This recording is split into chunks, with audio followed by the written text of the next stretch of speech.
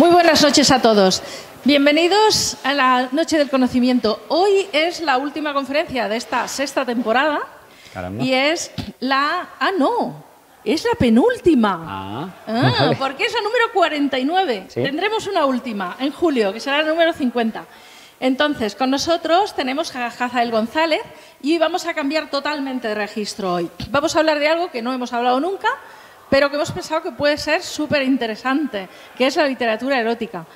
Hazael es escritor y periodista y, bueno, escribe también novelas de fantasía, pero hoy nos va a hablar de este tema que consideramos que es apasionante. Bienvenido. Muchísimas gracias.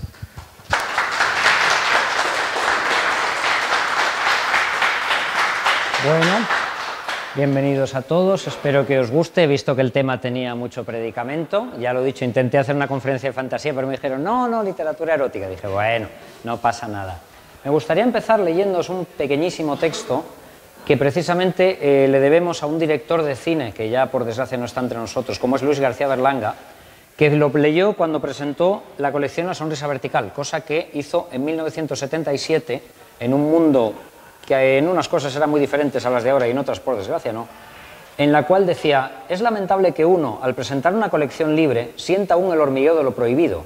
Es descorazonador que todavía los amigos nos guiñen el ojo ante el anuncio de libros sobre algo tan sencillo como es el placer.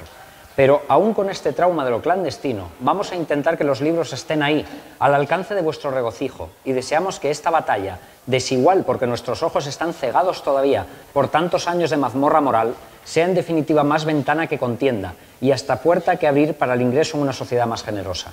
Queremos dar aire que respirar, porque el deseo es salud y sobre todo queremos recuperar el gusto a la erección, al hedonismo, a las fértiles cosechas que una buena y gozosa literatura puede ofrecernos. Y a través de nuestros libros, a través de nuestra y vuestra sonrisa vertical, constatar que el escribir sobre lo biológicamente apetecible es algo inmanente a todos los tiempos, a todas las geografías, a todos los hombres. Es completamente cierto.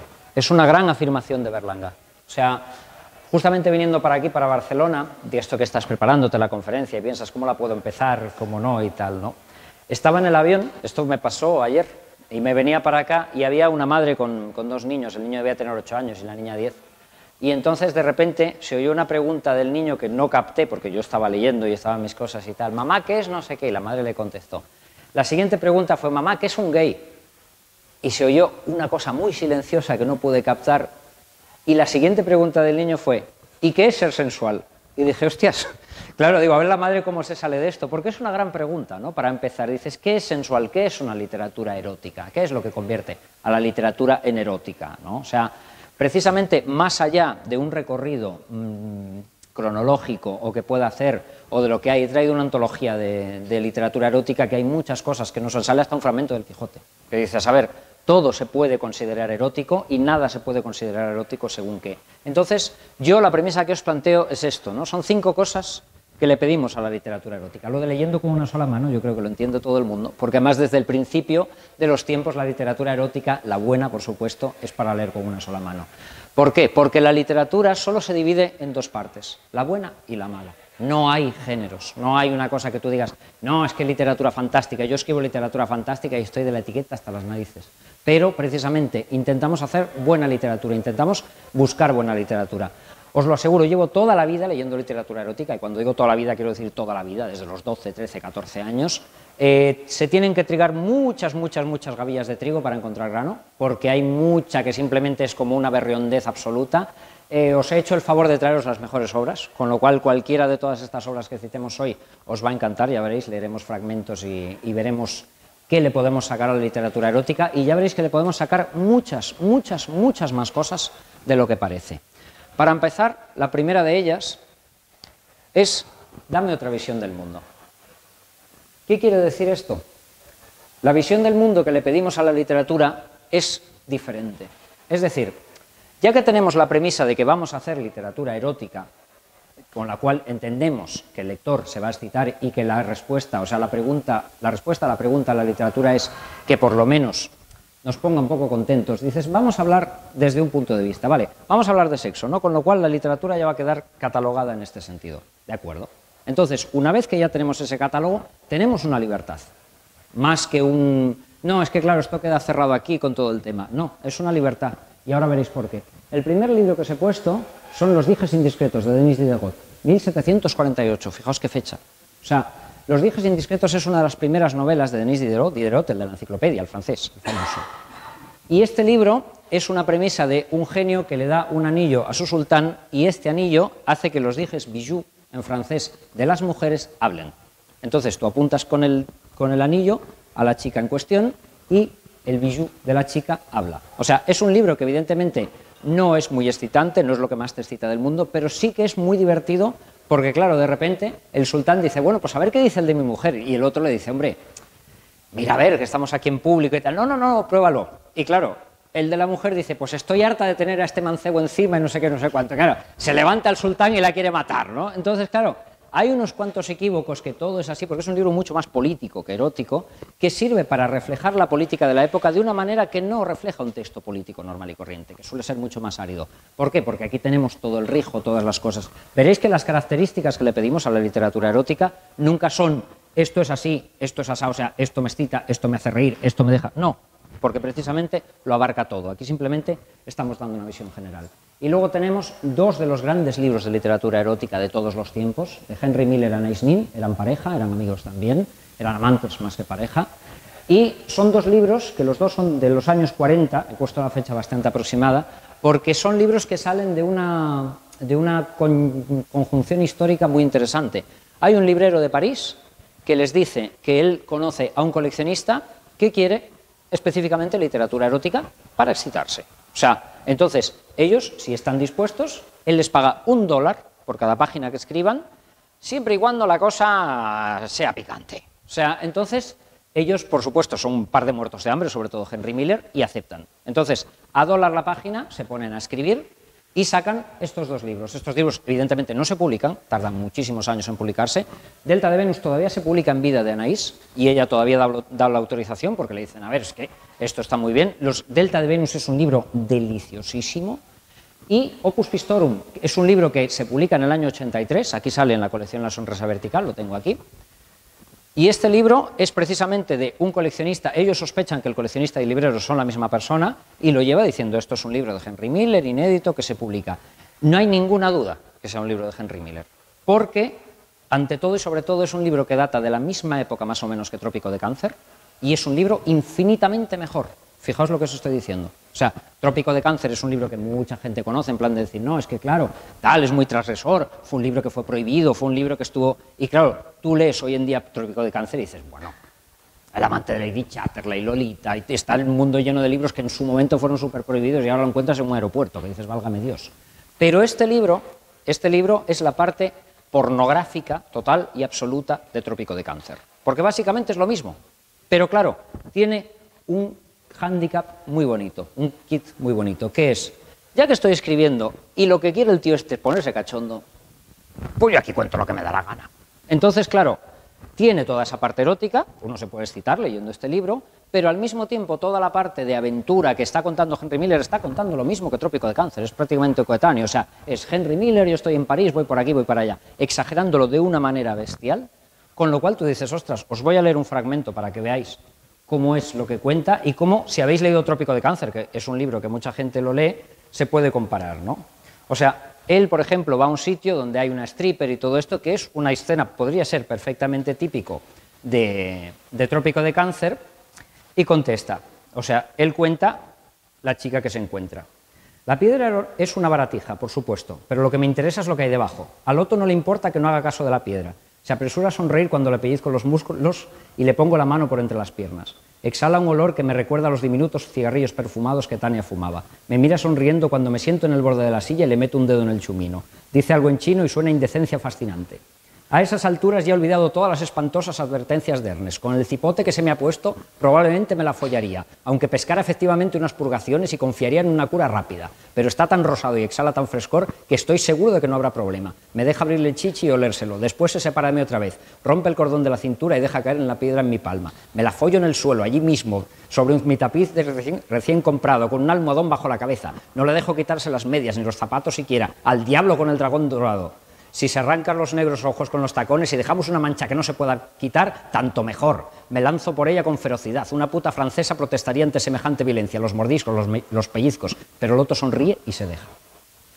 Para que podáis ver, o sea, esto no está en Trópico de Cáncer, ¿eh? O sea, uno cuando habla de Trópico de Cáncer y parece un libro prohibido y dices, ¿tiene estas cosas? No, o sea, es mucho más suave que esto. O sea, por lo tanto, este tipo de cosas no solo es que tenga todo ese rijo, sino todo lo que tiene después. Con lo cual, lo dicho, esto nos da otra visión del mundo. O sea, la literatura erótica permite que como tú das por hecho que ese libro tiene un público restringido, una determinada motivación, porque tú dices, te vas a comprar este libro y te lo vas a comprar para lo que te lo vas a comprar, el autor puede liberarse. Y por eso podemos encontrar maravillas en la literatura erótica, sobre todo, por supuesto, de grandes escritores. O sea, de gente que ha escrito y que hay una tradición muy larga de literatura erótica entre gente que escribe. ¿Por qué? Porque nos gusta escribir. Entonces simplemente tocamos todos los temas. Y os recomiendo muchísimo, cuando veáis un libro de literatura erótica de un escritor o una escritora que tiene una larga carrera literaria y que ha escrito solamente uno, el autor de Bambi, por ejemplo, tiene una novela erótica berriondísima, que es maravillosa. O sea, y eso es una de las cosas que nos da la literatura erótica. La segunda, déjame decir cosas. ¿Qué significa esto?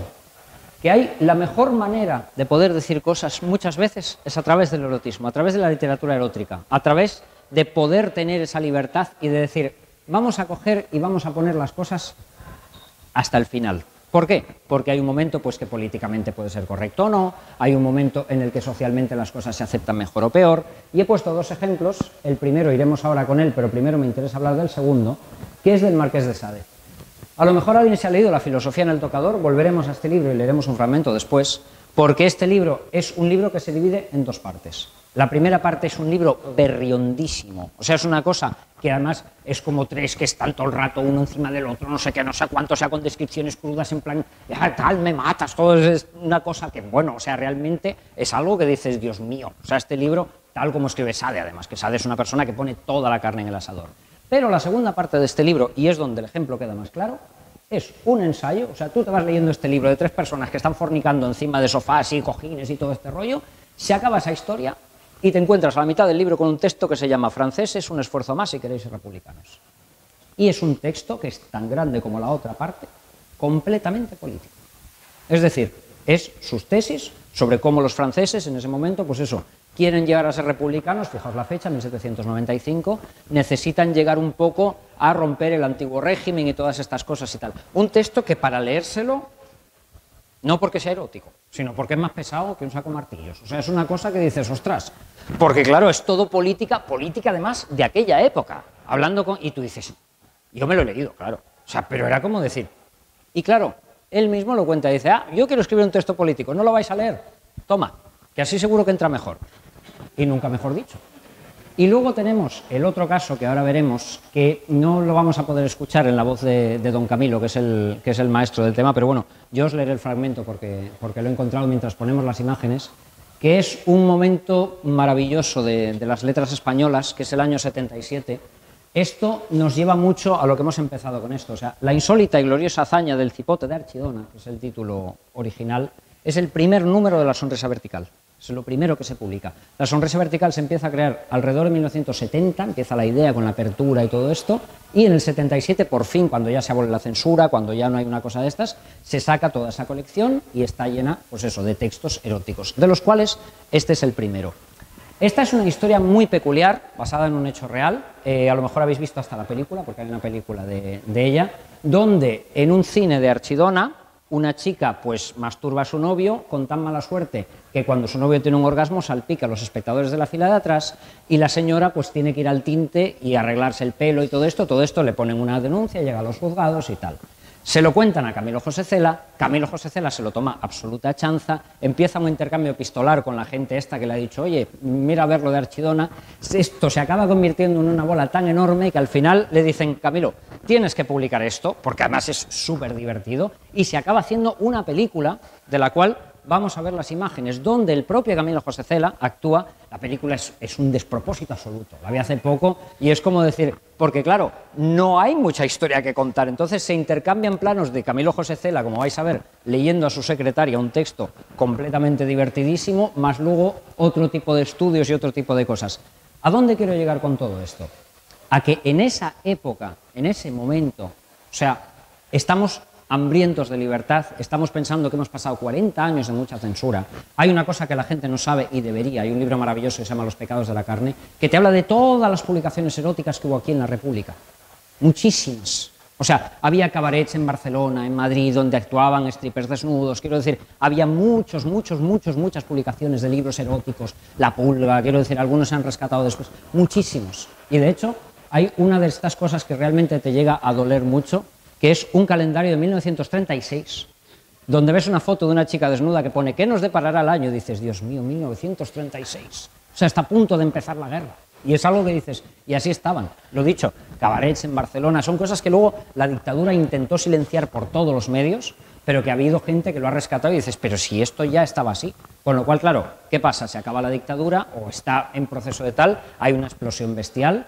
El cine se daría para otra conferencia, pero vamos, o sea, te ves una cartelera de estos años, tendría que haber traído alguna porque es menos, me parece que es Manhattan de Woody Allen, que también es del año 77, todo lo demás son películas en plan Teodoro métele mano al tesoro, La seta ibérica, El fontanero, su mujer y otras cosas de meter, o sea, todo es absolutamente eso. Sí, o sea, pero además espectacular, no es que haya una ni dos. Entonces, esto es precisamente lo que nos permite decir cosas. O sea, cuando tú ves todo esto y conoces todo el contexto, ves que no solo es una broma privada entre Camilo José Cela, sino que está teniendo un escarnio muy grande y lo vais a ver ahora que cuando yo os dicte el texto no voy a poder ir a la velocidad de don Camilo, pero verle a él es bastante agradable y vais a entender todos los dobles sentidos porque, insisto, por desgracia muchos de ellos están todavía de moda. Dale, por favor. Dice, muy señor mío y amigo, le agradezco como español y patriota su generoso diagnóstico sobre la musculatura de la pija hispánica, orgullo del país y espejo de foráneos. Como jamás negué mi colaboración a la ciencia, ahí van los datos que me pide. A. De forma cilíndrica o quizá levemente troncocónica, el cipote de Archidona da en estado de lucimiento y de escapullez las siguientes medidas. Diámetro de la base, 8,5 centímetros. Longitud, 42 centímetros.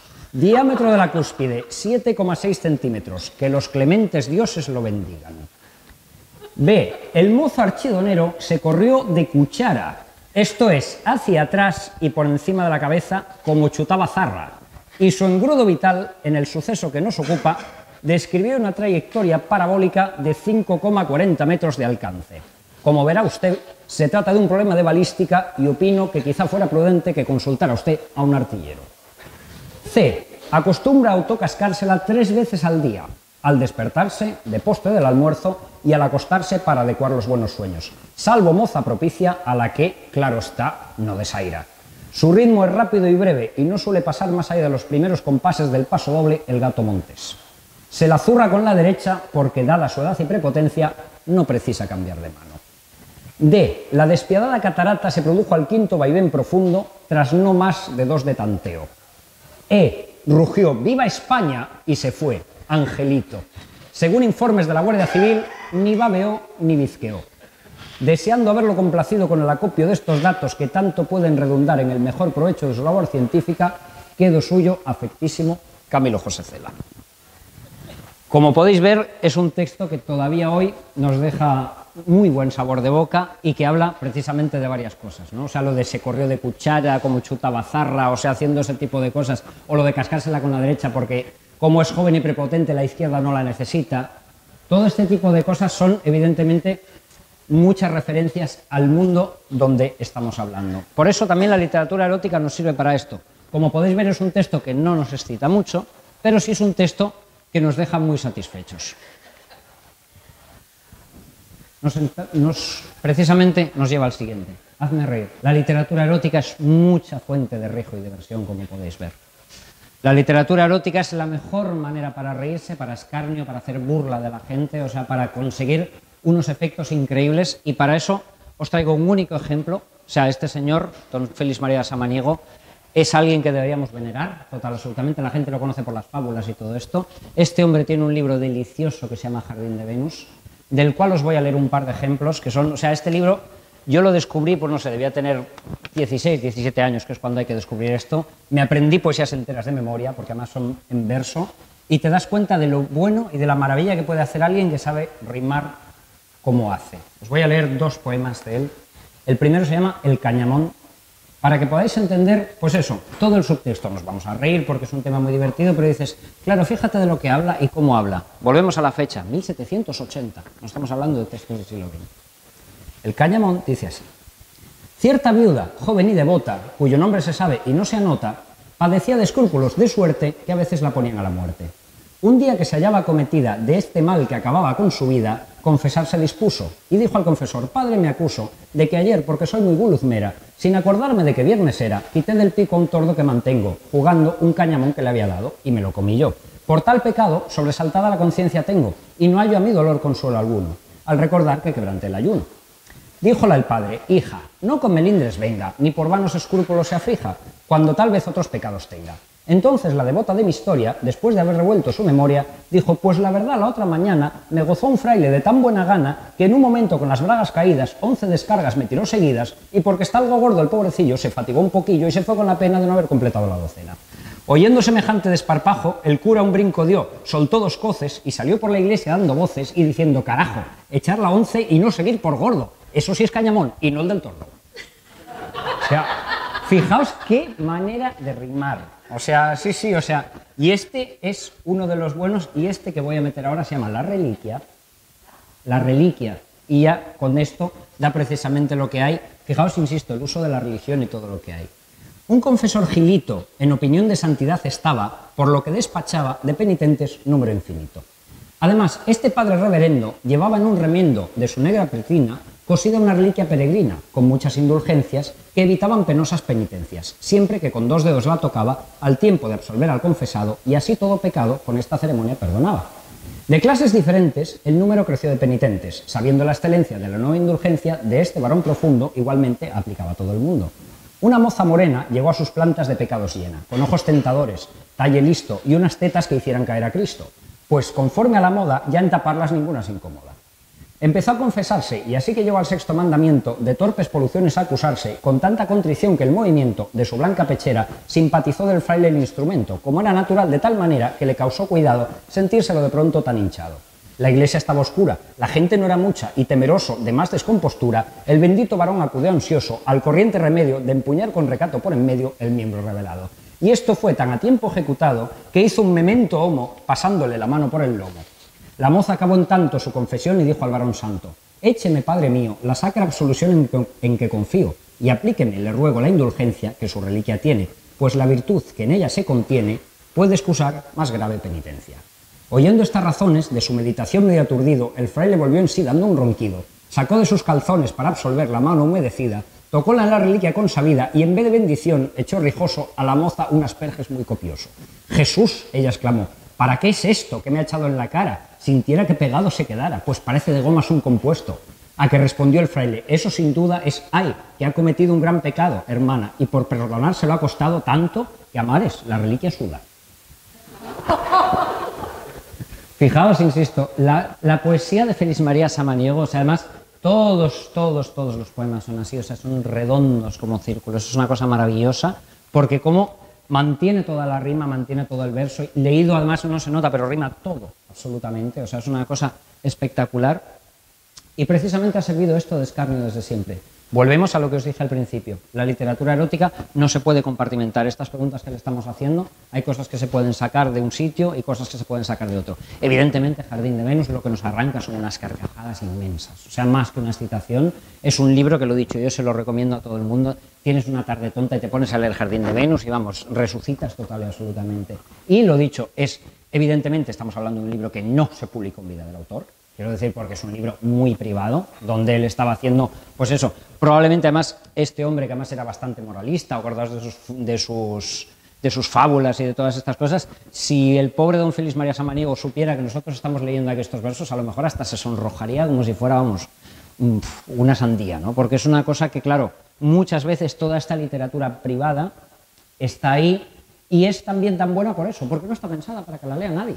O sea, es muy curioso, pero claro, dices, esto no lo va a leer ni Cristo.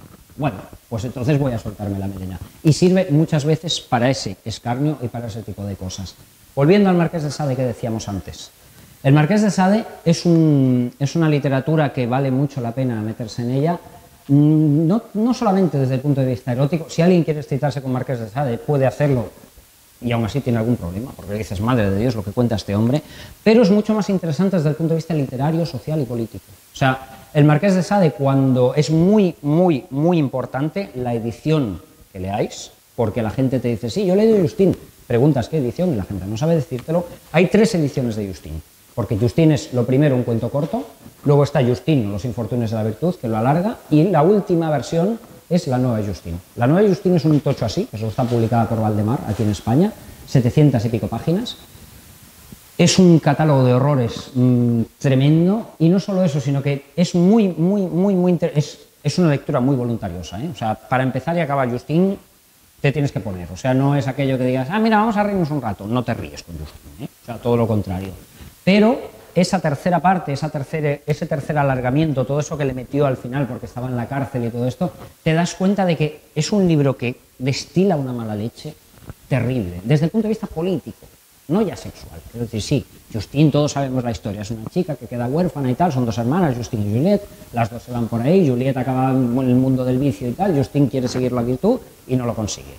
Pero claro, la gente que se va encontrando Justín, que son todos de clase alta, que todos abusan de ella de una manera terrible, además, o sea, que además con unas cosas, quiero decir que tú dices, este hombre se imaginaba unas historias que todavía no se han superado hoy, o sea, hay un momento que a la chica, y está al principio del libro, que la llevan a un patíbulo porque hay un rico que tiene un patíbulo y se excita viendo a las chicas morirse, entonces en el momento en el que está colgando le cortan la cuerda y claro, así no se muere, bueno, o sea, son cosas increíbles. Hay una parte que está en los 2 libros, en las 2 partes, yo la he leído 2 veces, que es cuando llegan los monjes, hay como una especie de abadía, que además, bueno, o sea, es un catálogo de perversiones hiper, ultra, mega terrible. Las 2 veces que me he leído esto, las 2, tuve que acabar el capítulo, en plan de decir empiezo y lo acabo, y las 2 noches, os lo juro, tuve pesadillas. O sea, porque dices, es que no se puede escribir de una manera más terrible de la que escribe Sade. O sea, y estamos hablando de libros, fijaos, no, este es samaniego, pero es más o menos la época, 1800 poco, una cosa así. Libros que tienen 200 años y siguen teniendo todo eso. Pero aparte de todo eso está la parte política, la parte donde hay las discusiones de Justín con ellos y donde ellos le explican a Justín simple y llanamente que, chico, que la vida es así. O sea, que ellos son ricos porque tienen su dinero, porque vienen de familias buenas y tal, y ella pues es una pobre huerfanita que, bueno, pues está ahí para que abusen de ella. Y lo hace de una manera tan lógica, tan ordenada, tan argumentada, además todo lleno de un escarnio a la iglesia, por supuesto, o sea, una cosa a las sociedades, a los ricos, a los comerciantes, o sea, no deja un títere con cabeza, además es en plan de que ella dice, y Dios, y le contesta el tío, me cago en Dios, ¿sabes? O sea, tú vas leyendo aquello de tal manera que dices, pues tiene razón.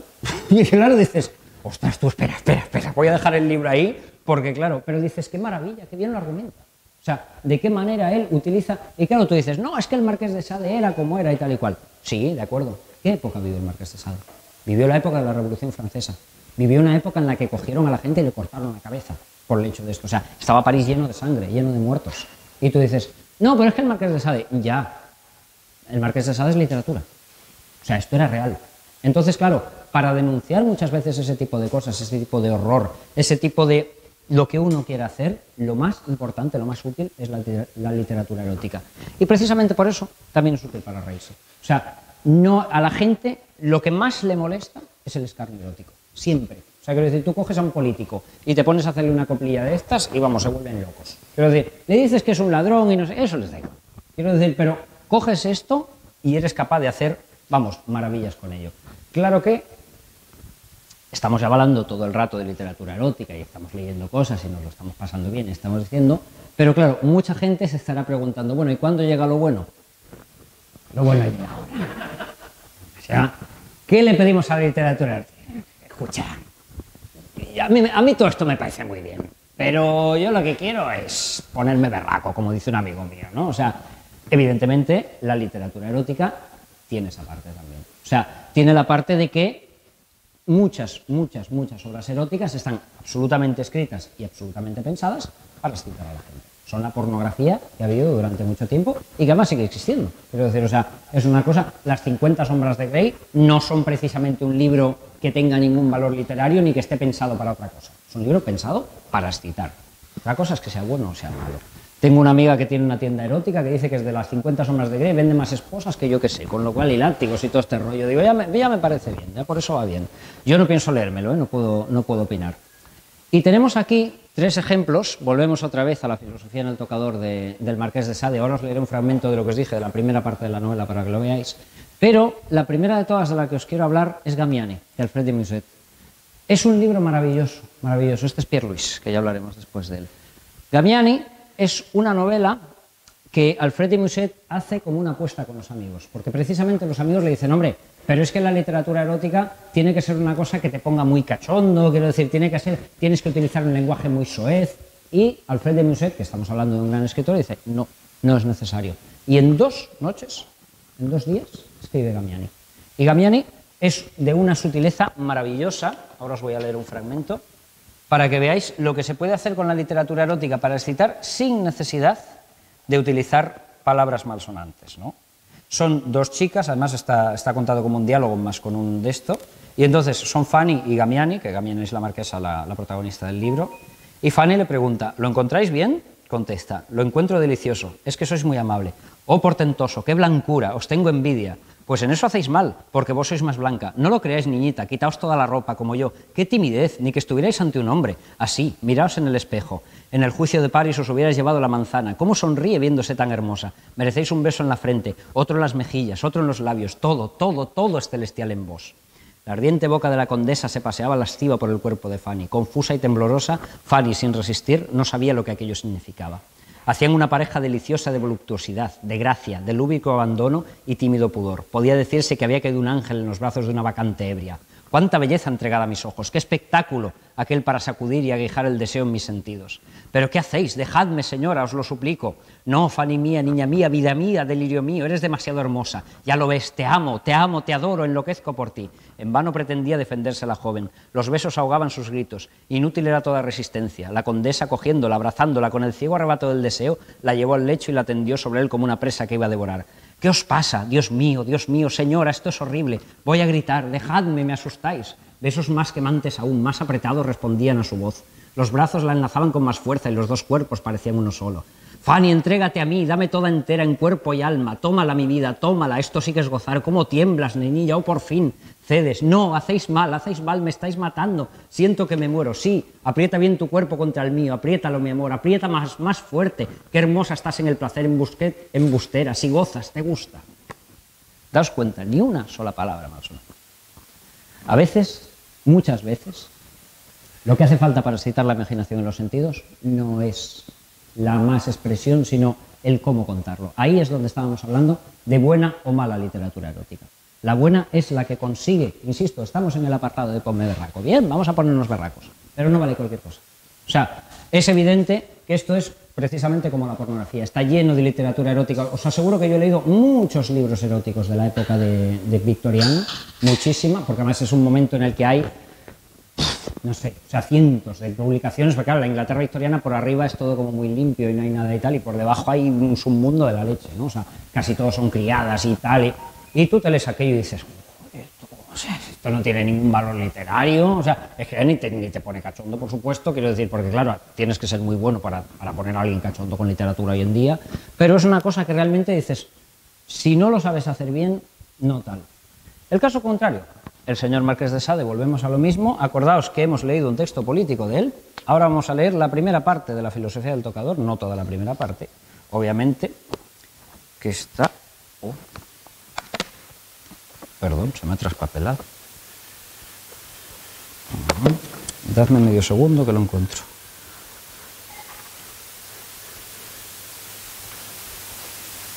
Aquí.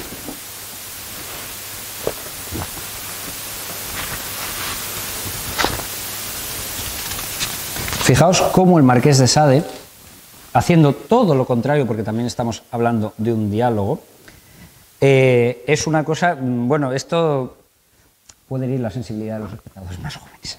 Pero bueno, estamos aquí hablando de literatura erótica, con lo cual me imagino que lo tenéis un poco previsto, ¿no? Son varias gente, con lo cual os voy a leer incluso quién lo dice, porque si no, nos vamos a perder, que dice simplemente: La señora de Santanger dice, Eugenia, ¿quieres hacerle gustar el mayor de los mayores placeres? Eugenia, por supuesto, quiero hacer todo para dárselo. Señora de Santanger, pues bien, coge su polla en tu boca y chúpalo unos instantes. Eugenia lo hace. ¿Es así? Dolmancé, qué boca tan deliciosa, qué calor, vale para mí tanto como el más lindo de los culos. Mujeres voluptuosas y hábiles, no rehuséis jamás este placer a vuestros amantes, os los encadenará para siempre. Santo Dios, redios. La señora de Santanger, ¿cómo blasfemas, amigo mío? Dolmancé, dadme vuestro culo, señora. Sí, dádmelo para que lo bese mientras me chupan y no os extrañéis de mis blasfemias. Uno de mis mayores placeres es jurar cuando estoy empalmado. Me parece que mi espíritu, entonces 1000 veces más exaltado, aborrece y desprecia mucho mejor esa repugnante quimera. Quisiera encontrar una forma de denostarlo o ultrajarlo aún más. Y cuando mis malditas reflexiones me llevan a la convicción de la nulidad de este repugnante objeto de mi odio, me excito y querría poder reedificar al punto al fantasma para que mi rabia se dirigiera al menos contra algo. Imitadme, mujer encantadora, y veréis el incremento que tales discursos llevarán infaliblemente a vuestros sentidos. Pero, redios, lo veo, es preciso que cualquiera que sea mi placer me retire inmediatamente de esta boca divina. Dejaré mi leche. Vamos, Eugenia, poneos, ejecutemos el cuadro que he trazado y sumámonos los tres juntos en la más voluptuosa ebriedad. La postura se adopta. Eugenia, cuánto temo, querido, la impotencia de vuestros esfuerzos. La desproporción es demasiado grande. Dolmancé, sodomizo todos los días gentes más jóvenes. Ayer incluso un niño de 7 años fue desflorado por esta polla en menos de 3 minutos. Coraje, Eugenia, coraje. No voy a seguir, porque ya ha bastado. Pero daos cuenta de eso, de cómo uno puede mantener esa excitación y hacerlo de una manera determinada por un lado y por otro, con más o con menos lenguaje, o con más o con menos acierto, y esto nos lleva a Pierre Louis.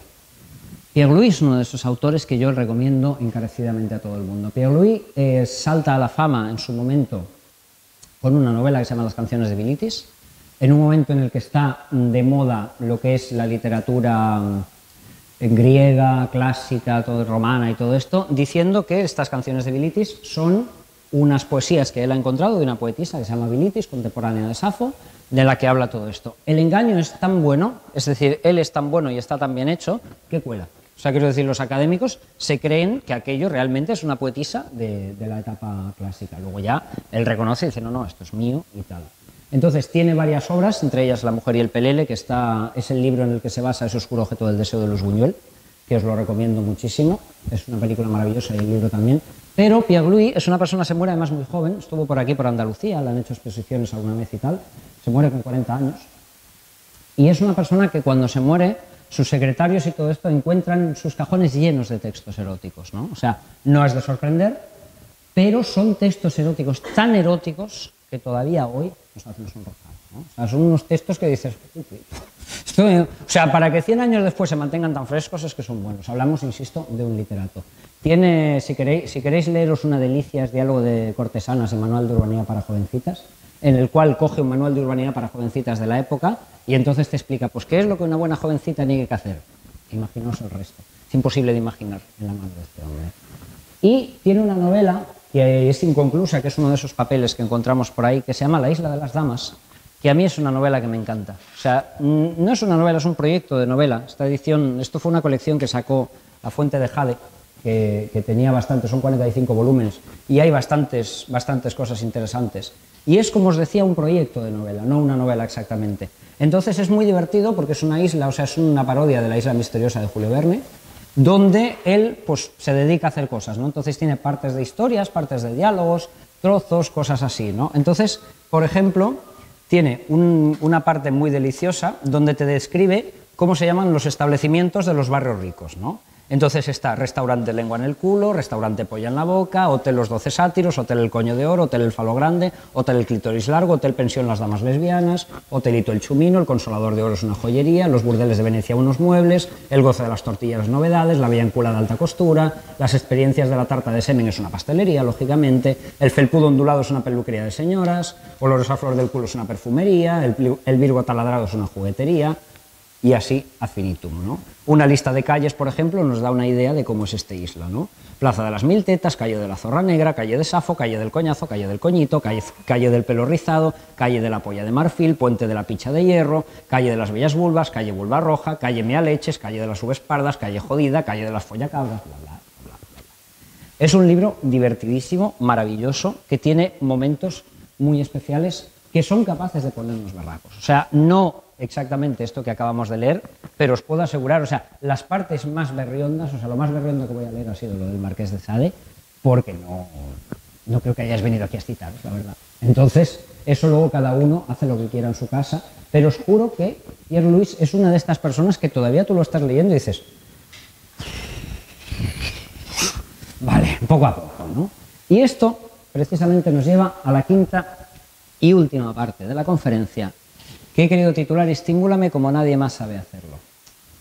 ¿Por qué? Porque estamos hablando de literatura erótica, estamos hablando de estimularnos, estamos hablando de política, estamos hablando de ponernos berracos, estamos hablando de reírnos y estamos hablando de sexo, a fin de cuentas, ¿no? Es una cosa que ha pasado así desde el principio de la humanidad, o sea, a la gente le gusta el sexo, le sigue gustando, porque estas cosas, lo he dicho, las 50 sombras de Grey son un libro que se vende la mar de bien, con lo cual esto interesa. Parece que no, pero interesa. A mí me lo dijo precisamente el señor José Luis San Pedro, que tuve la fortuna de entrevistarle antes de que se muriera. José Luis San Pedro era un hombre que tenía unos libros donde el erotismo estaba muy patente. Entonces yo le pregunté, le dije, bueno, ¿y esto? Y me dijo, ¿sabe qué pasa, joven? Que a mí eso me interesa. Y dije, mira, me parece una gran explicación, porque dices, claro, a mí también, ¿no? Entonces, claro, ese tipo de interés está ahí, ¿no? No todo el mundo lo reconoce, pero en cuanto empiezas a rascar un poco dices, ostras, resulta que interesa más de lo que parece, ¿no? Yo, por ejemplo, escribo una columna de cosas eróticas en general, o sea, cuando sale alguna entrevista así cachonda o alguna cosa de estas, tengo una columna cada 2 semanas en un periódico desde hace más de 10 años. Me ha pasado, varias veces además, de gente que me dice, oye, llegué a las páginas de Tribuna, vi una columna que se titulaba no sé quién follando con no sé cuánto, me empecé a leer, la acabé y lugo me di cuenta que la habías escrito tú, digo, ya. O sea, ¿la has leído porque la he escrito yo? No. Es que claro, no, a mí no me interesa. Digo, ya lo sé. El guarro soy yo que pone la cara.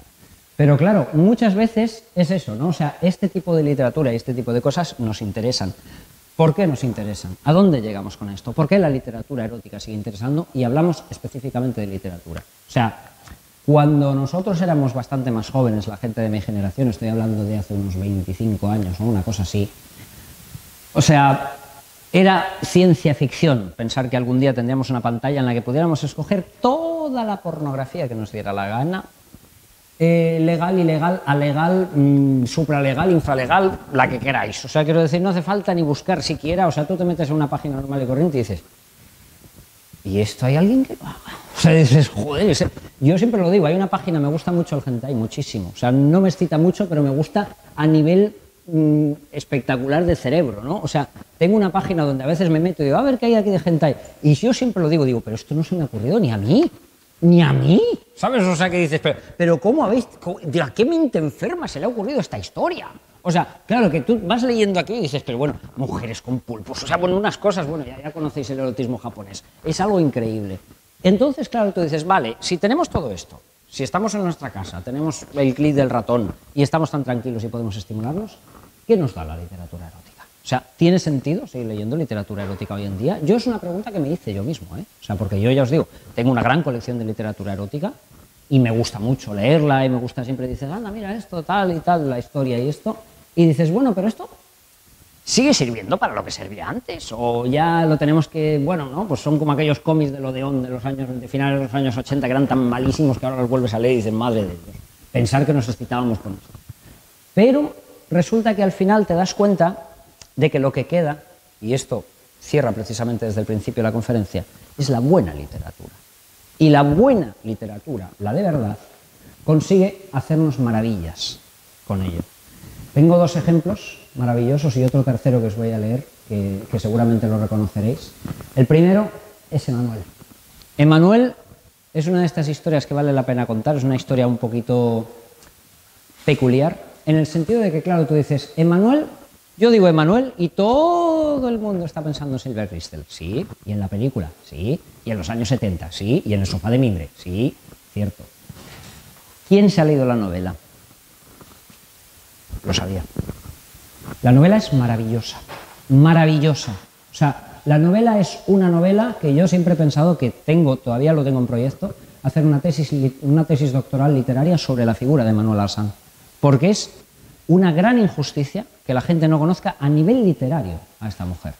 Todo el mundo sabe, sí, Manuel folla en un avión. Sí, ya lo sabemos. Sí, pero ¿se va por ahí con muchos tíos? Sí. O sea, he visto la película, sí, ya lo sé. O sea, quiero decir, y todas las películas. Hay que decir que la saga de Emanuel, de películas, es la más larga de la historia del cine. Estamos hablando de casi 70 títulos, ¿eh? Emanuel, Emanuel la Antivirgen, Emanuel 2, Adiós Emanuel, Emanuel Forever, El perfume de Emanuel. O sea, yo he visto muchas y os puedo asegurar que no se lo deseo a nadie, ¿eh? No lo hagáis, no lo hagáis. O sea, la primera todavía tiene gracia, la segunda también. Las demás, o sea, y luego está Emanuel Negra se va a Oriente, Emanuel Negra en Tailandia. Hay muchísimas películas de esas, ¿a cuál peor? O sea, que no se le puede sacar nada. Pero esta de aquí es Emanuel Arsán, que es, en este caso, estamos hablando de dos personas. Emanuel Arsán, seguramente, porque claro, se queda esto un poco el tema de la leyenda, es Marayat Roland-Dangien, que es esta mujer, de origen tailandés, y su marido, que era un diplomático francés. La novela es bastante seguro que está escrita a 4 manos, o sea, porque te das cuenta de que el punto de vista de los dos está ahí y es profundo. Os la recomiendo absolutamente. Y pensad que Emanuel y la Antivirgen, la novela, son 2 partes de la novela. O sea, la novela se publicó partida por la mitad por cuestiones editoriales. O sea, la novela acaba con la Antivirgen, no es que sea una segunda parte. Por desgracia, en España no hay grandes ediciones de ella, está editada por Tusquets. No está la traducción que yo quisiera hacer. Ya os digo que además tengo pensado, y lo digo en serio, hacer una tesis doctoral sobre Emanuel, porque a raíz de la película, claro, hubo muchísimo éxito y he podido leer y descubro textos de ella increíbles. O sea, tiene varias novelas maravillosas. Pero sobre todo Emanuel es su filosofía de vida. O sea, la filosofía de vida de una pareja que te habla. Hay un personaje, insisto, habréis visto la película, el personaje de Mario, que en la película es bastante ridículo. En la novela es una persona que le explica a Emanuel cómo el erotismo es lo que nos convierte en seres humanos.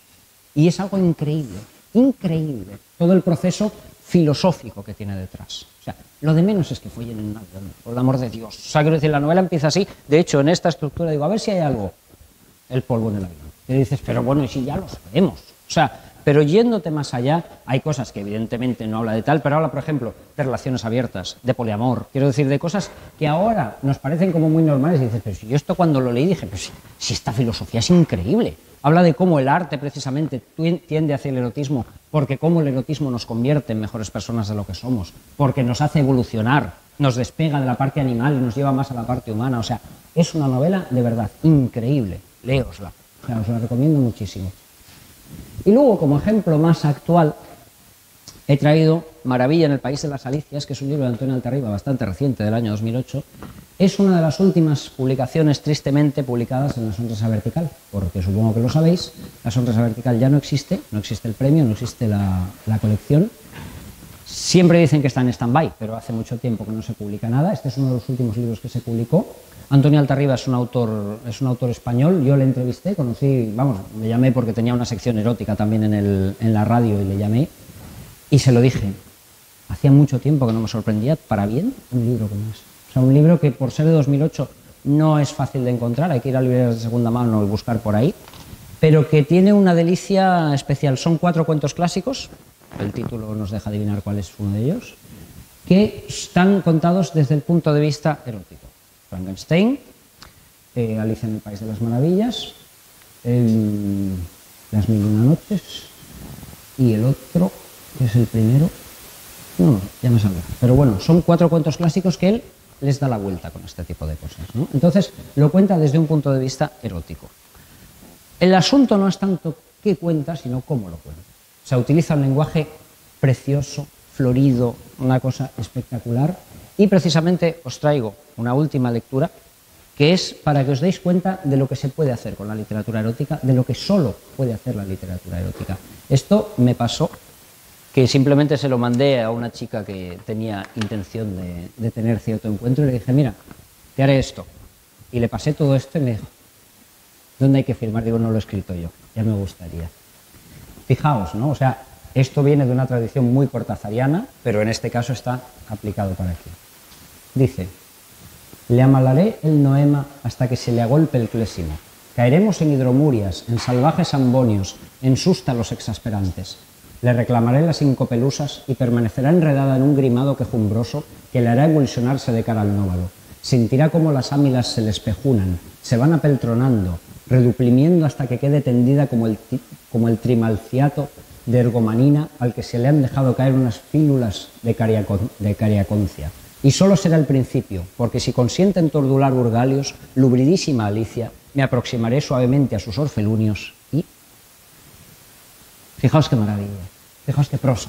O sea, esto es lo que puede hacer la literatura erótica. Y, precisamente, tenemos un ejemplo maravilloso, maravilloso, maravilloso, que a lo mejor nunca habéis leído así, porque hay muchas cosas de estas que te dicen en el colegio, léete esto. Sí. Y esto significa no sé qué. Sí. Y sintácticamente es no sé qué y no sé cuánto, y se ha hecho no sé cuánto, y esta persona es muy importante porque tal. Sí, vale, de acuerdo. Quiero decir, yo con este poeta que os voy a leer, evidentemente sabréis quién es en cuanto lo diga, pero os lo diré al final, me pasó una cosa muy, muy terrible, como lo digo yo siempre. Este poeta, la primera vez me lo pusieron con 14 y 15 años, no entendí nada, me pareció horrible. O sea, lo tuve que hacer en un comentario de texto de Whoop y todas estas cosas. Recuerdo que hasta rompí el libro, porque esto es una tontería. ¿Dónde están las metáforas y dónde están las localizaciones? Y solamente cuando vas creciendo, cuando le vas quitando todas esas cosas que le han puesto encima, es un poco como el Quijote, ¿no? El Quijote, hasta que no le quitas todo lo que le han puesto encima y dices, voy a leerme el Quijote a ver qué es, no descubres un libro maravilloso, porque muchas veces hay ahí. Entonces, en este tipo de cosas es cuando descubres la grandeza que hay detrás, por qué este hombre era tan grande, por qué era capaz de hacer esto y cómo manejaba lo que decimos, la literatura erótica, ¿no? Ponme, dame otro. Y la poesía dice, qué honor. Y que yo me la llevé al río creyendo que era mozuela, pero tenía marido. Fue la noche de Santiago y casi por compromiso se apagaron los faroles y se encendieron los grillos. En las últimas esquinas toqué sus pechos dormidos y se me abrieron de pronto como ramos de jacintos. El almidón de su enagua me sonaba en el oído como una pieza de seda rasgada por 1000 cuchillos. Sin luz de plata en sus copas, los árboles han crecido y un horizonte de perros ladra muy lejos del río. Pasadas las zarzamoras, los juncos y los espinos, bajo su mata de pelo, hice un hoyo sobre el limo. Yo me quité la corbata, ella se quitó el vestido, yo el cinturón con revólver, ella sus 4 corpiños. Ni nardos ni caracolas tienen el cutis tan fino, ni los cristales con luna retumban con ese brillo. Sus muslos se me escapaban como peces sorprendidos, la mitad llenos de lumbre, la mitad llenos de frío. Aquella noche corrí, el mejor de los caminos, montado en potra de nácar, sin bridas y sin estribos. No quiero decir por hombre las cosas que ella me dijo. La luz del entendimiento me hace ser muy comedido. Sucia de besos y arena, yo me la llevé al río. Con el aire se batían las espadas de los lirios. Me porté como quien soy, como un gitano legítimo. Le regalé un costurero, grande raso pajizo, y no quise enamorarme, porque teniendo marido me dijo que era mozuela cuando la llevaba al río. Por supuesto, Federico García Lorca. Fijaos, qué maravilla. Quiero decir, o sea, para eso sirve la literatura. No es una cosa que digas, no, es que sí, bueno, y me la follé, sí, ya. O sea, lo interesante es que tú puedas redirigir todo ese tipo de cosas, que puedas coger y decir, ¿cómo eres capaz de expresar eso? O sea, ¿cómo puedes leer una cosa de estas y cómo un hombre o una mujer puedes decir, ¿sabes? Esto es mucho más interesante. Puede ser más explícito, puede ser menos explícito, puede tener más fondo, puede tener menos fondo. Pero siempre, siempre, siempre, siempre estará ahí. Porque lo dicho, sigue estando. Las 50 sombras de Grey han vendido muchísimo. ¿Literariamente eso no son gran cosa? No. Hay una película, la vi hace poco, de Hollywood, no recuerdo el título, salían Diane Keaton y unas cuantas más, que dije, mira, el mundo de citas, se leen las 50 sombras de Grey. Y dice, son 4 americanas de edad muy avanzada que de repente se leen las 50 sombras de Grey y descubren su sexualidad y dicen, madre de Dios, que a estas alturas estemos así. Pero volvemos a lo mismo, si es útil, si es una cosa que está bien, si a ellas les sirve, si las cosas sirven, pues mira, siempre ha sido lo de la literatura erótica. Pasará el tiempo por encima del libro, quedará lo que quedará, ha quedado lo que ha quedado. Yo os he traído unos cuantos recomendaciones y unas cuantas cosas y espero que las disfrutéis y que hayáis disfrutado la conferencia. Muchas gracias.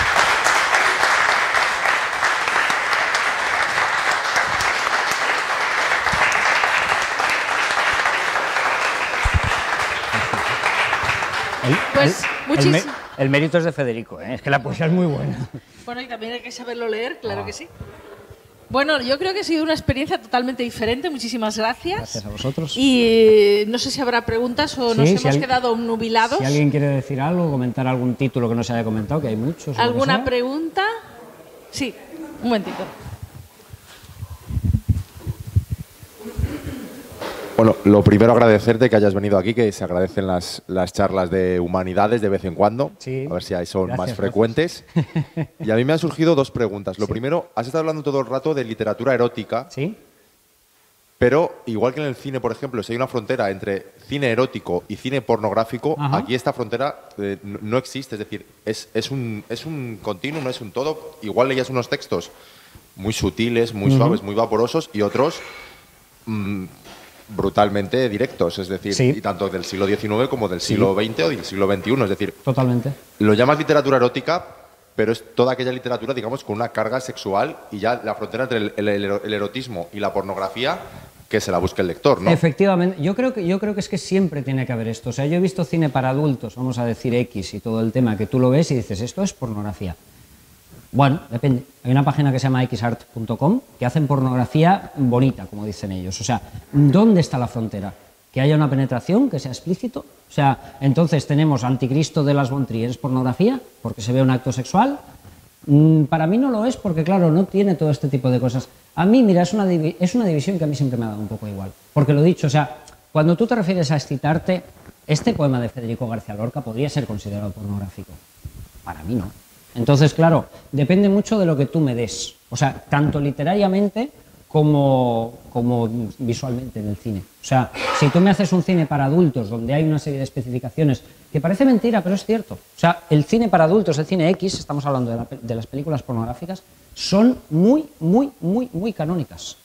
En plan de decir, no se puede salir de A a llegar a B. Yo tengo unos amigos, precisamente, que hicieron una vez un guión de película cinematográfica X, que se llamaba más Operación Lefa de la Buena, que era la época de Operación Triunfo, y era maravilloso. O sea, yo se lo corregí y les dije, si os dejan filmar esto, pasáis a la historia del cine pornográfico.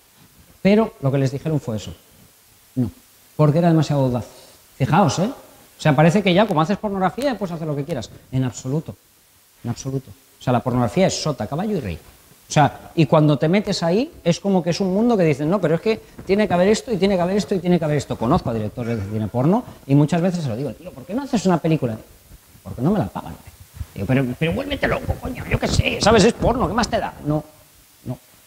Entonces, muchas veces la frontera que no sea porno y no sea tan explícito te permite hacer cosas más interesantes. Hay un director de cine italiano, se llama Tinto Brass, que es maravilloso, es muy divertido. O sea, además, hace poco vi una parte que se llama La Pasione secondo Tinto, y es mucho más erótico que pornográfico, por decirlo así, y empieza una película que es una señora de estas italianas que dices, madre de Dios, yo no sé de dónde la ha sacado, con un vestido que evidentemente le llega desde aquí hasta aquí, así, como una franja de estas más o menos, y va en bicicleta en medio de un desfile que están todas las señoras así como mirando para ella y tal, todo, mientras salen los créditos de la película, y el cura vestido de cura con una barriga así mirándola como diciendo, oh, esta juventud y tal, o sea, y dices, es mucho más sensual y permite hacer muchas más cosas por el hecho de que no es pornografía. Entonces, claro, para mí particularmente, si me preguntas a mí, yo no tengo ningún tipo de límite. O sea, lo considero todo válido, o sea, no hay problema. Genial, pues gracias por la explicación. Y me queda una segunda pregunta. Esta ya te la formulo como hombre homosexual. ¿Sí? La literatura erótica, digamos, quizá históricamente, evidentemente, en el siglo XVIII había una carga política en Justin y en todas las obras que podía escribir Diderot o cualquiera. Sí. Pero todo el enfoque, incluso ahora actualmente, la literatura erótica, a veces tiene uno la sensación de que es un poco para un hombre blanco, heterosexual. Yo te hago, por ejemplo, habiendo conocido superficialmente, digamos, como aficionado, por ejemplo, Las edades de Lulú, claro, a mí la parte de excitación de la novela específicamente, pues es como, mira, no me va a llegar. Entonces, no sé si tienes algo de lo que tú conozcas, de lo que tú hayas leído, que puedas recomendarme o que puedas decirme, o que conozcas algo, porque la sensación es que es, digamos, igual que el mundo más visual, el mundo más pornográfico, el mundo del cine, ha evolucionado. En el mundo de la literatura erótica, son 3 pinceladas que sean literatura erótica medianamente decente. Porque lo que dices tú, yo he leído mucha literatura erótica que es absolutamente lamentable, sobre todo con una calidad literaria ínfima. Por desgracia tienes toda la razón. Te recomiendo un clásico como Stelleni de Oscar Wilde, que es uno de los grandes, por eso, de grandes hitos de la literatura homosexual masculina, estamos hablando, porque la homosexual femenina es diferente. Y claro, la verdad que poca cosa más. O sea, porque es un tema que, claro, entre lo tabú que ha sido, o sea, el tema del lesbianismo se ha tratado más, pero desde el punto de vista del varón, porque claro, hay como ese tipo de perversión y todo este tema, ¿no? Pero es verdad que la literatura homosexual masculina todavía es una especie de asignatura pendiente. Tú te vas a cualquier tienda de Chueca y todas estas... Yo tuve una época que lo hice, en plan de decir, anda, a ver qué es esto. Hostia, lo de menos es que sea homosexual, que dices que esto no hay quien lo lea. O sea, y son totalmente actuales. Y dices, pero bueno, o sea, no es que sea gay el que lo ha escrito, es que no escribe bien. O sea, no me sirve que sean dos tíos zumbando, ¿sabes? O sea, por eso te digo. Entonces, claro, es algo que dices, no, más allá de Telenik, tampoco es mi mundo, ya te digo, porque claro, yo también soy heterosexual, con lo cual siempre me he metido más en esta historia. Pero era por si lo tenías, porque es lo que dices tú, hay mucha literatura, pero sí, es como muy pulp, o sea, sí, no tienes por dónde cogerla porque está muy mal escrita, entonces, salvo, digamos, algunos pasajes de la de Call Me By Your Name, de Andrea Ziman, que era la segunda parte, más allá de eso yo no he encontrado nada que digas que tiene una verdadera calidad literaria. Hay un autor italiano que se llama Marco Bassi, que es El contorno de la oscuridad, que tiene novelas de temática homosexual que no están mal, no son gran cosa, no son comparables a tal. Métete en la colección esta de Alcor de la Fuente de Jade, tiene 2 títulos y toca el tema de la homosexualidad, porque el personaje de Marco Bassi es bisexual, entonces claro, tiene el hombre, me refiero, y tiene como esa parte, pero es como, siempre se lleva mucho a la brutalidad, la homosexualidad masculina. Entonces, claro, es como que, no sé, o lo pide, o los autores quieren eso, o el público quiere eso, incluso el cine homosexual es como muy así, es todo muy... Quitando a Ralph Koenig, por ejemplo, que me imagino que lo conoces, el artista de cómic, que Ralph Koenig es uno de los grandes que ha dado visibilidad al mundo homosexual desde el punto de vista de diversión y el rijo, de decir, oye, que ser gay no significa ir vestido de cuero, ¿sabes? O sea, podemos estar por ahí haciendo el tonto y tal, ¿no? Y esas mezclas que tiene El Hombre Nuevo, por ejemplo, cuando está el hétero, está en una fiesta de gays y dice, se nos ha colado un hétero, y dice, ¿cuál? Dice, el de los ojos grandes que está en una esquina, lo mira todo, ¿no? Y es todo ese que, claro, se acerca y dice, ¿por qué vas vestido de mujer? ¿No? Y el gay le dice, mira, podría reivindicarte. Dice, porque es divertido, ¿sabes? O sea, ya está, ¿sabes? O sea, no importa. Y claro, el hétero está, además así, ¿no? Contra la esquina y tal, y diciendo que nadie me diga nada. Claro, y es él que ha hecho visibilidad todo esto desde el punto de vista del cómic, pero claro, excitarte con un cómic de Ralph Koenig, a ver, se puede llegar a hacer, pero no, volvemos a lo mismo, la categoría de la risa. Entonces, no, más allá de eso, lo siento mucho, pero no puedo. Perfecto, gracias. Nada, a ti. ¿Alguna pregunta más? Allí. Sí, voy. Muchas gracias. Yo también quería agradecerte que hubieses venido a darnos la charla. No tengo una pregunta, es simplemente un comentario a raíz de la pregunta que acabas de hacer. Se me ha acabado de ocurrir, aunque reconozco que es una literatura que desconozco absolutamente, pero hay una novela que, sin haberla leído con esta intención, sí que pone de manifiesto, aunque sea tangencialmente este tema, es la novela Unterm Rad de Hermann Hesse, Bajo las ruedas. Y me acaba de venir simplemente a la mente. Pues mira, no la he leído, pero es verdad que, por ejemplo, esto es lo de siempre, podemos encontrarlo, o sea, Moby Dick de Herman Melville es una novela que leída en clave homosexual, te desvela muchas cosas, ¿eh? Quiero decir, porque incluso cuando te dices, pero esto es muy evidente lo que está pasando aquí, o sea, pero mucho. O sea, y es claro, como dices, bueno, luego te pones a mirar y tal, y resulta que, mira, sorpresas te da la vida. Pero claro, no hay este tipo de cosas. Mira, ahora en cines está Tolkien, la película esta sobre tal, ya os digo que mi tema es la fantasía. Por cierto, mis libros están arriba, si los queréis, tenía que decirlo. Entonces, en la película de Tolkien se ve cómo hay, y esto se ha insinuado siempre, que uno de los amigos que tenía se insinúa que podía haber sido homosexual y podía haberle gustado Tolkien. Entonces, un amigo poeta que muere en la Primera Guerra Mundial. Está hecho con mucha sutileza, ¿eh? Quiero decir, yo creo que a la familia ha sido una de las cosas que le ha molestado. A mí me parece perfecto, porque además, lo dicho, está hecho de una manera muy sutil. Pero claro, volvemos a lo mismo.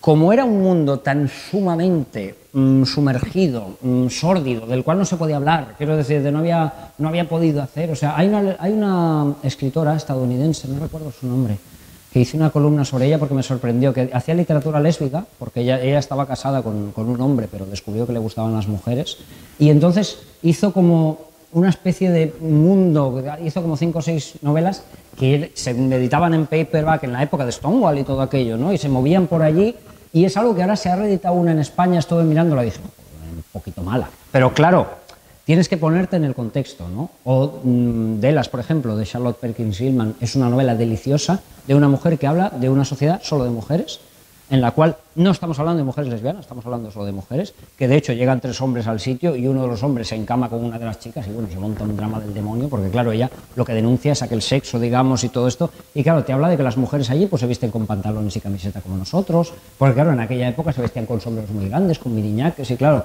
era una idea rompedora de que una mujer pudiera hablar de esto. Que un hombre pueda hablar de esto en un libro, vas a encontrar muchas referencias que digas, ostras, aquí hay hay cosas raras, ¿no? Pero claro, explícitamente o alguien que lo cultive, más allá de Tellini, que es una gran novela, no sé si la has leído, pero te la recomiendo, y realmente es una novela de amor homosexual, todo Wilde. O sea, el retrato de Dorian Gray, o sea, básicamente el retrato de Dorian Gray es una pasión brutal desde el punto de vista homosexual y lo notas, o sea, aparte que es una novela maravillosa, eso es diferente. Entonces, claro, lo puedes encontrar ahí, lo puedes encontrar en muchos sitios. Sí, pero precisamente en este caso, además, decía que lo trataba tangencialmente, pero la leí con 16 años y quizá por eso en ese momento me excitó tanto, pero...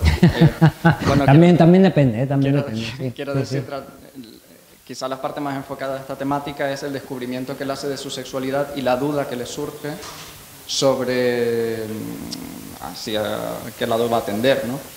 Y la verdad es que tratándose de un escritor como Hesse, además tienes ese componente de buena literatura, con lo cual quizá incluso pues mira, con esta edad puedes valer la pena leerla. Otra recomendación buena, perfecto, pues gracias. ¿Más preguntas? ¿No? A ver. Pues nada. ¿No? ¿Nadie pregunta nada más? Nadie lee literatura erótica hoy en día. Pues bueno, a ver si esto hace que... Eso, a ver. Oye, yo estaba pensando, pero García Lorca se supone que era homosexual No también. se supone, se sabe de sobra. ¿No tiene literatura de corte homosexual? A ver, puedes encontrar algún tipo de cosas en el Romancero Gitano y todas estas historias, pero volvemos a lo mismo. No es algo que esté absolutamente explícito. Lorca era muy inteligente respecto a aquella época. Me contaron una anécdota de él, además que es muy divertida, que por lo visto aquí en Barcelona lo entrevistaban en La Vanguardia, y entonces llegó como media hora tarde, todo sudoroso, con toda la camisa abierta y tal y cual, y le dijeron, no, señor Federico, ¿qué le ha pasado? Y tal y cual. Y dijo, es que subía por la Rambla y he visto un negrazo. Esto me lo contaron, no sé si es cierto, no sé si es cierto. Pero sí, o sea, Lorca no es que fuera homosexual, era muy homosexual y orgulloso de serlo, quiero decir, y me parece fantástico además. Sí, por eso es curioso que no... Hablamos de otra época, de otro mundo, y tenemos que recordar por toda la desgracia del mundo que lo mataron de 2 tiros en el culo por maricón. Esto lo dijo su asesino. O sea, por eso cuando ahora nos hablan de Lorca, dices, calma, Lorca hay que tenerle mucho respeto. O sea, Lorca es un mártir de la causa, entre comillas, porque es alguien que dice, si no hubiera sido gay, probablemente no lo hubieran matado. O sea, le tenían muchas ganas por ese tema. Entonces, lo he dicho.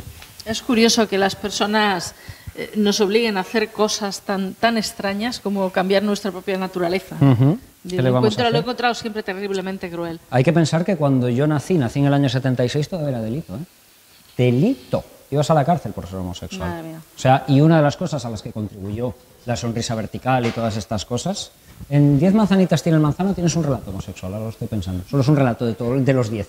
Pero vamos, Deu Pumetes del Pumé, que es una de las grandes literaturas eróticas catalanas, que salió por un seudónimo, era un grupo de personas.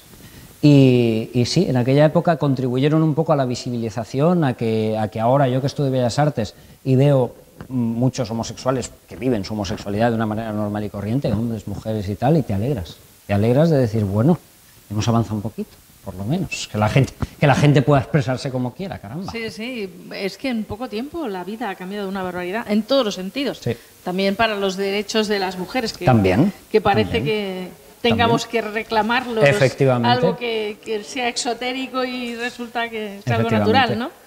Pero bueno, yo estoy realmente feliz de vivir en una época como esta. Yo también. Hay literatura erótica maravillosa ahora. O sea que, sí. Bueno, yo era por otros motivos, pero... Sí, no. Vale. Uy, no, y la liberalización del porno, vamos, nos ha hecho muy contentos a todos, sí. Bueno, pues muchísimas gracias. Gracias a vosotros, de verdad. Y a todos los demás también por acompañarnos. Exacto, pues nada, gracias.